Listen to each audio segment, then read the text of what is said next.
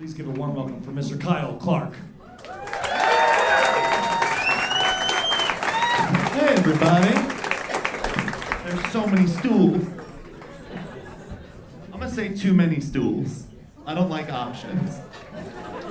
Sorry, I'm melting down already. Oh God, there's a lot of you.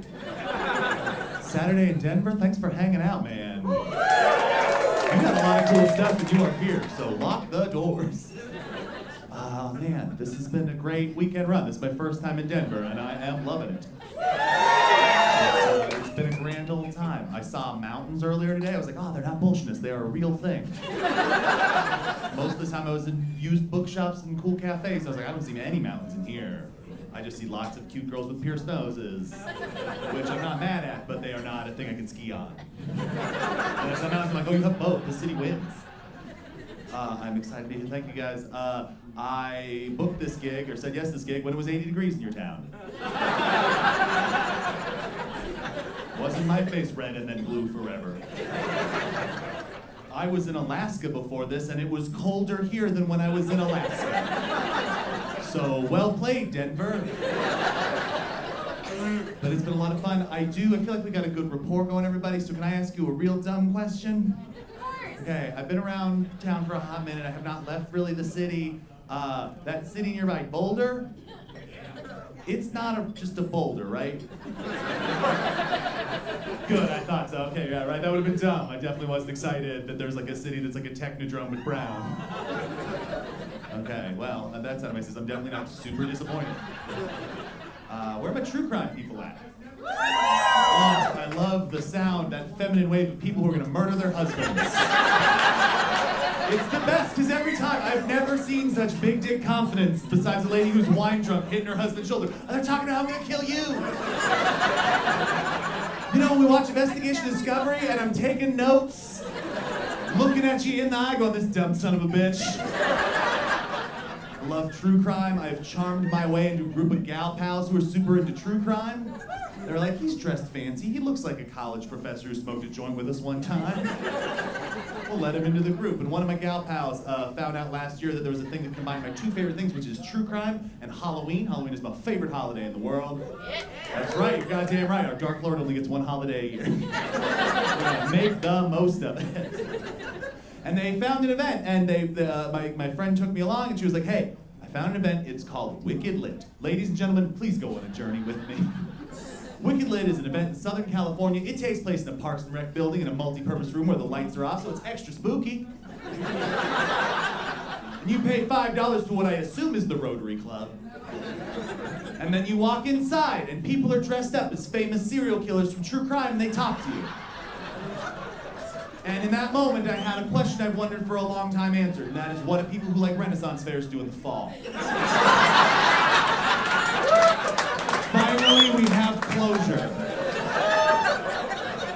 I feel like I get an extra laugh out of that from the Hardwick crowd. I also just feel like there's one guy in the utility kill who's like, I feel like I'm being called out.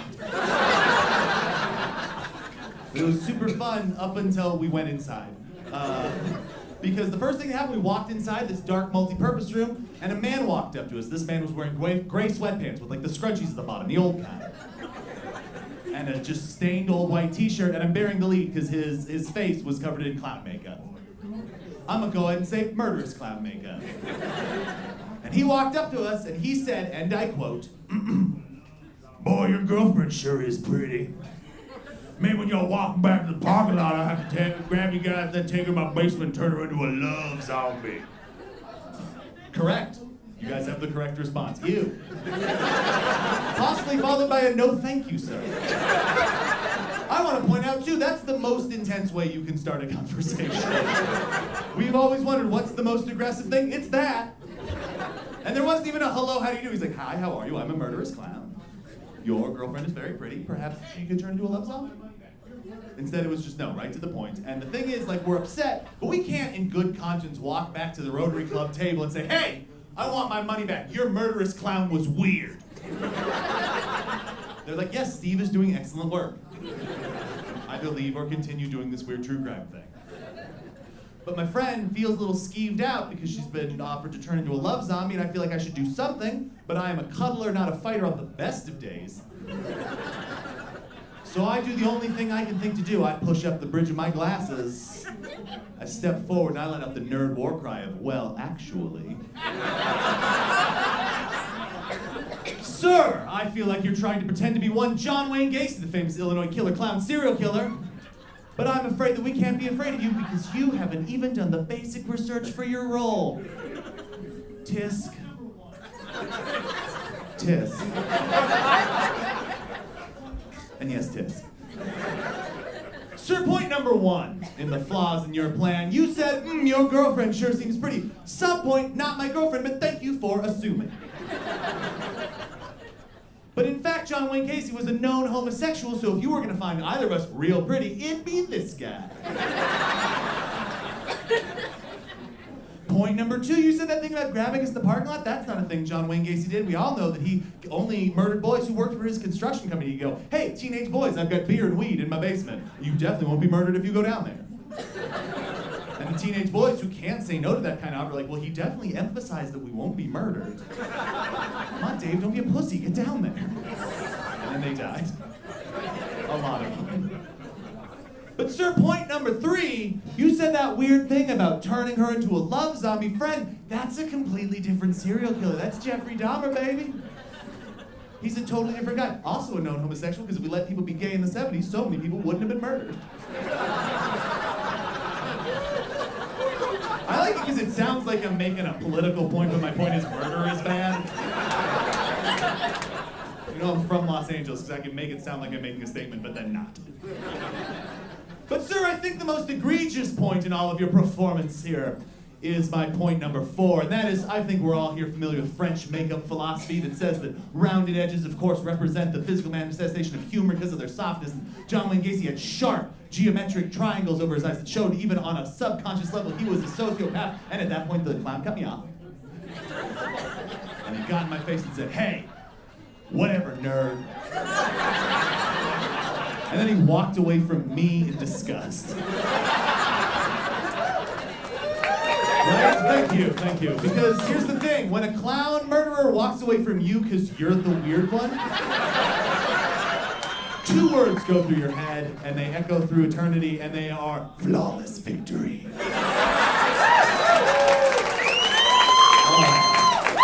Guys, you are amazing.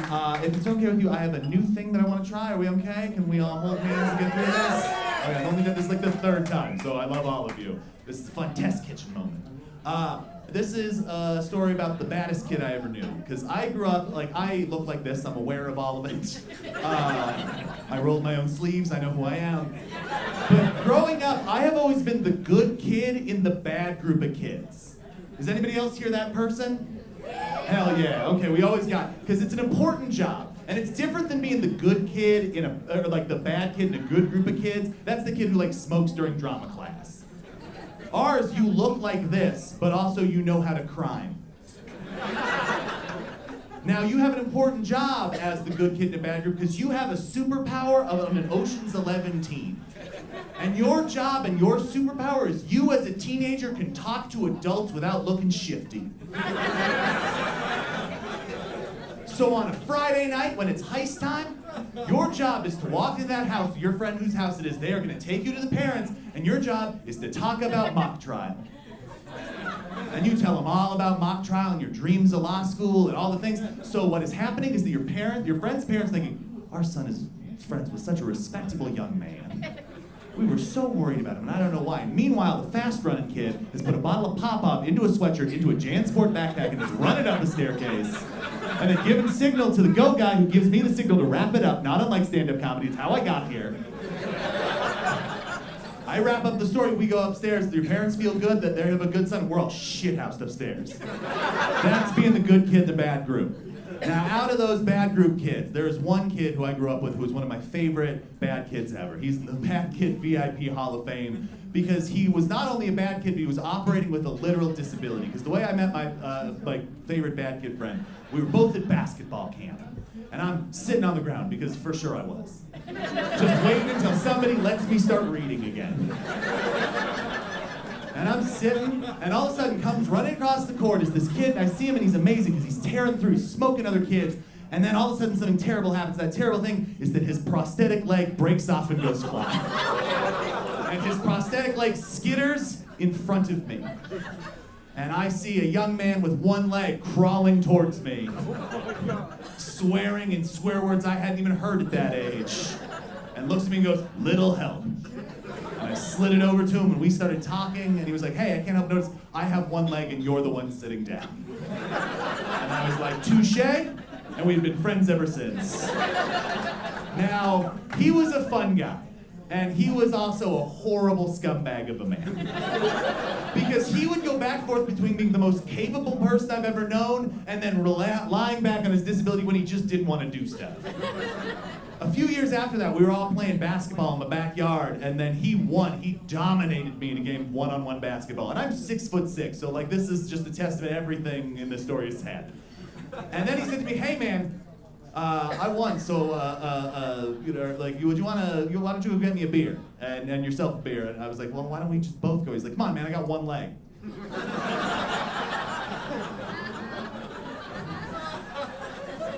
Friend, I couldn't help but feel like you just beat me in basketball. And he's like, "Then get me a beer because you're a loser." I was like, "Tough but fair." And I will never forget one of, you know those moments in your life when just something happens where you're just like, I didn't even know that was a thing that could happen in life. He invited me over the first time to go hang out at his house, and it was a real amazing run because like we go in, and first of all it was a terrifying moment because he has a super hot mom. And you know how like the whole gravity of hanging at a friend's house changes when they have a hot mom? Like also you gotta do your hair different and like act better. But on top of that, we go into his room and he's like, "Hey man, I got a little initiation if we're hanging for every friend I have who comes over to the house." We're teenagers at this point. And I'm like, "What is this initiation thing?" And he reaches into his closet and he pulls out his childhood prosthetic leg. And then he puts the carb that he built for it into his bong that used to be his childhood prosthetic leg. And he says, "If you're gonna hang, you gotta smoke out the leg." And that is how I, at 15 years old, smoked marijuana out of a child's prosthetic leg.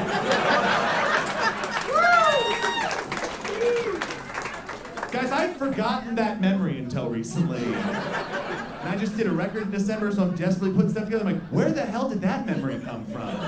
That seems like something you'd bring up every day. You know, to your forever therapist.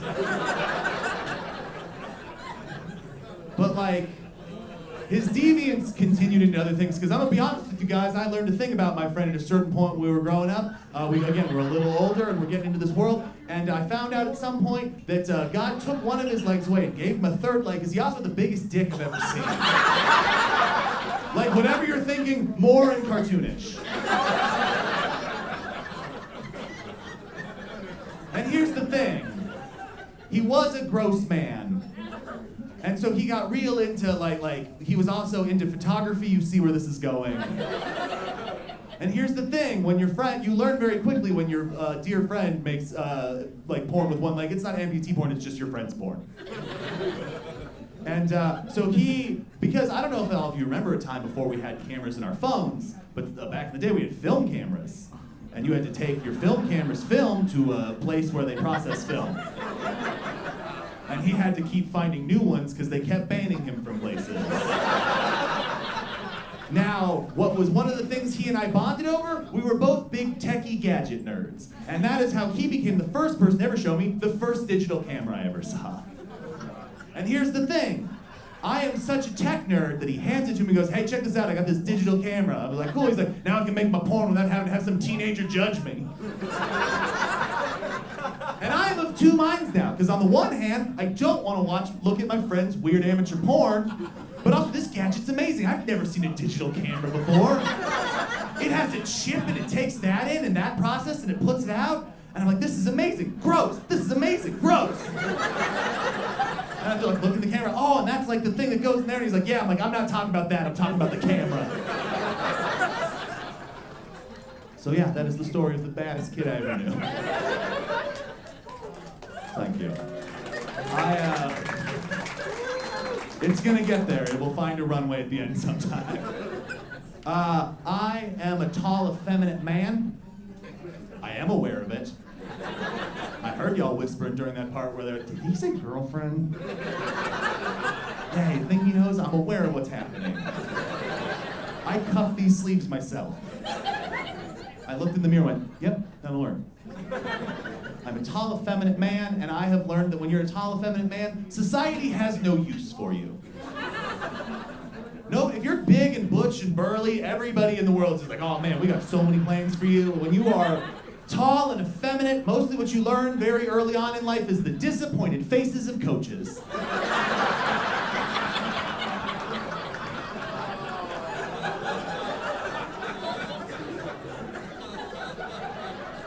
Because you walk onto that field and they're like, I'm gonna make this son of a bitch a star. And then they see that you throw a ball like this. Guys, it's not overhand, it's not underhand, it's a Kamehameha. You're goddamn right I say it when I do it. And at that point, they just let you go home. Like, go back to Bookland, boy. I'm like, I will, it's where I'm a champion. I'm gonna be an anamorph.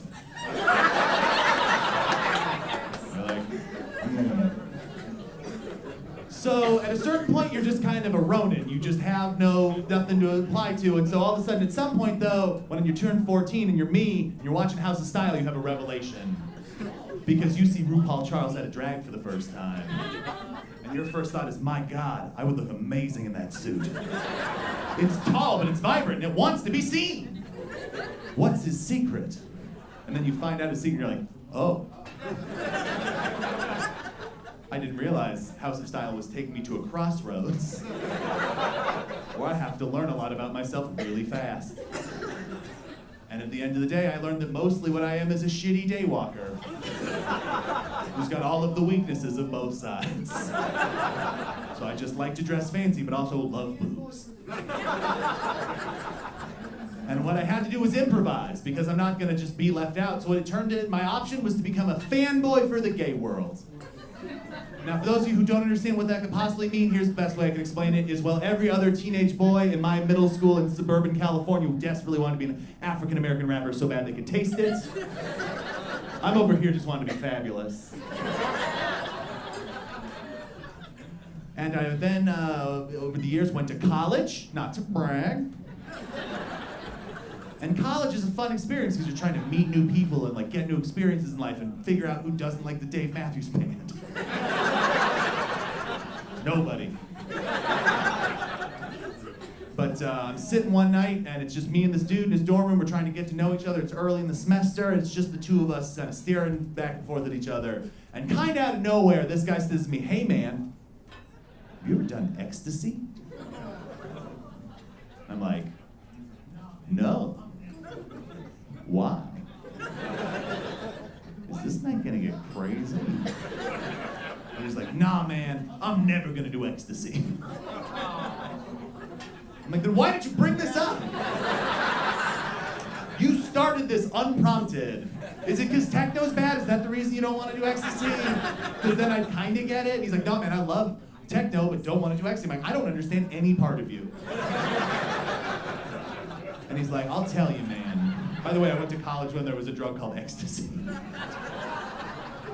It's a real split in the crowd. I can tell who's above and below 30 now. That was just a dividing line in the room. But he's like, hey man, I'm never gonna do ecstasy, and I'll tell you why. Because my best friend in high school did ecstasy. He looked behind him. We're alone in a dorm room. And it was the look like he's convinced someone's gonna pop out behind his bookshelf and go, what a scoop!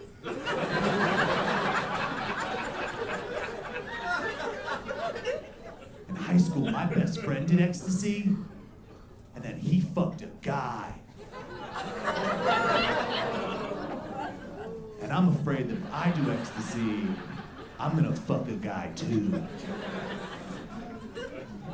Then we sat in silence forever.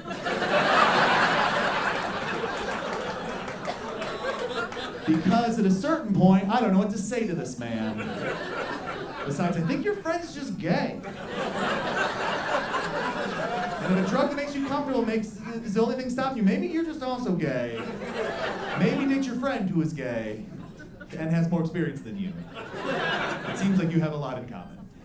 And then we didn't hang out anymore because eventually he's gonna come out of the closet and live his true life, and I'm still stuck shitty daywalker. That is, until I met my gay best friend, who's also my regular best friend, but I like to hang a hat on it. And if you're gonna have a gay best friend and you're gonna be a weird art boy who wants to tell jokes in front of people for a living, you gotta get yourself a rich gay best friend. Because a rich gay best friend will occasionally hear about what you've been up to and go, your life is depressing, we're going on gaycation right now. For those of you who don't understand what a gaycation is what your best friend calls it when he pays for a vacation and can call it whatever he wants. I got no pride, I can be a cat man, that's fine. And we've gone on a lot of gaycations. My favorite one is this though. We went to New York City, we're sitting in this bar and it's closing down. We're like, man, this has been a good night, I kind of don't want it to end. The bartender's like, if you really don't want it to end, I got a place you can go, but it's pretty crazy. We're like, hey, we're a gay guy and an effeminate straight man. I think we can handle it, friend. It's like, all right, well, you gotta get yourself to the cock. We're like, oh, it's a subtlety store, I see. And he's like, nah, it's a building, but spray painted rooster, there's wordplay. And we're like, well, we have to go because what we get to do is get into a New York cab and go, take us to the cock. And that cab driver didn't even blink. It was like he knew right where it was.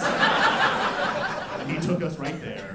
And it is, in fact, an abandoned industrial building with a rooster spray painted on the side and a guy named Gary up front with a fanny pack who you pay $5 to so you can go down an alleyway without getting stabbed. And also, always pay a guy if the other option is be stabbed. I know some of you are the people who like drive around the block for parking. Nah, pay.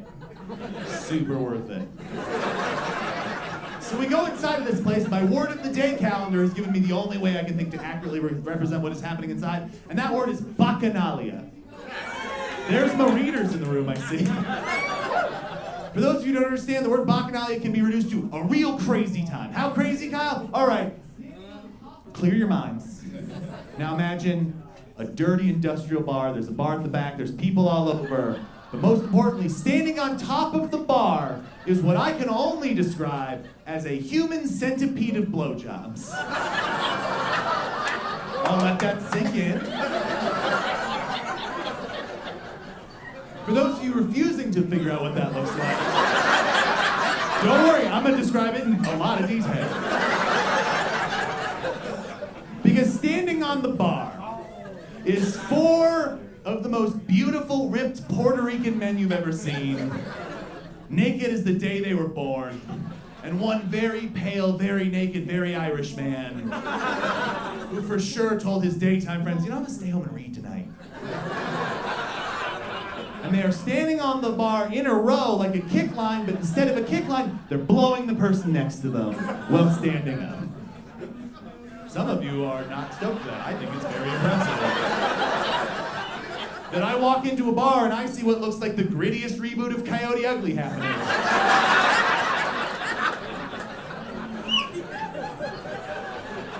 Now here's the thing, this is happening, and those of you who are good with geometry understand this is not a circle, this is a line, so there is in fact one lone wiener hanging in the wind.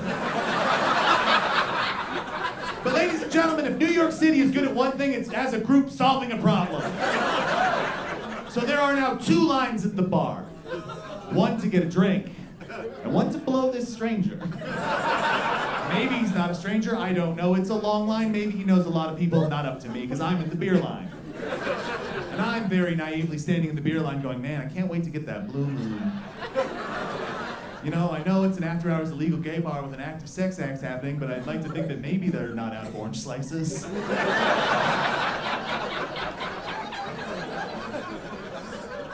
what I didn't realize, I should have had my head in the game.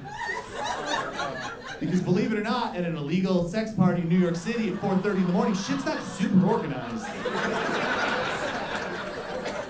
So sometimes you think you're standing in the beer line.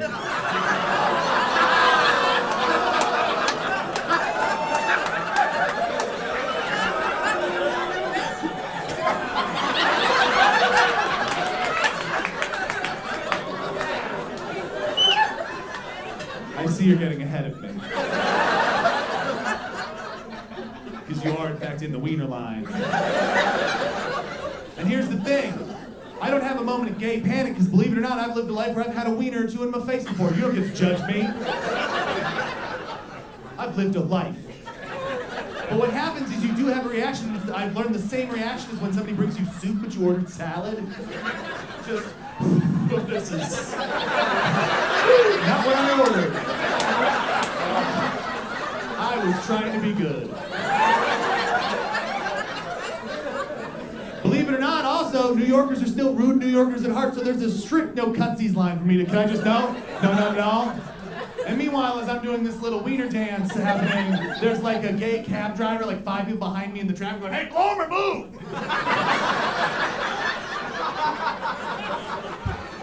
Which means that I have to go to the back of the line and start the process over again.